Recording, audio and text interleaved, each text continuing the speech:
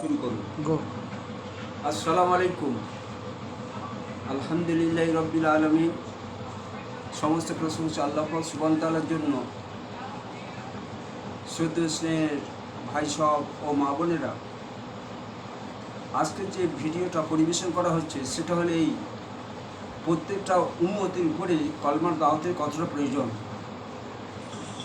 কারণ আমরা সবাই জানি সৃষ্টি শুরু থেকে যত নবী রসুল পৃথিবীতে এসেছিলেন সবাই কলমার দাওয়াতে মেহনত করে গিয়েছেন।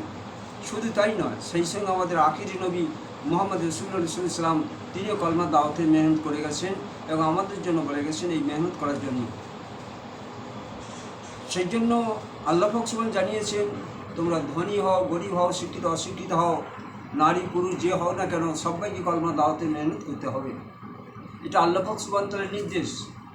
তেমনি করে আল্লাহ নবী সাল্লাল্লাহু আলাইহি ওয়াসাল্লাম বললেন, আমার সেই সব উম্মত জান্নাতে যাবে, আমার সব উম্মত জান্নাতে যাবে, কিন্তু ওই উম্মত জান্নাতে যাবে না যে আমাকে মান্য করে না। সেখানে নবী সাল্লাল্লাহু বললেন, কুলু লা ইলাহা ইল্লাল্লাহ তুফলিহুন, তোমরা কলমার দাওয়াত দিতে তোমার সফল কাম হয়ে যাবে।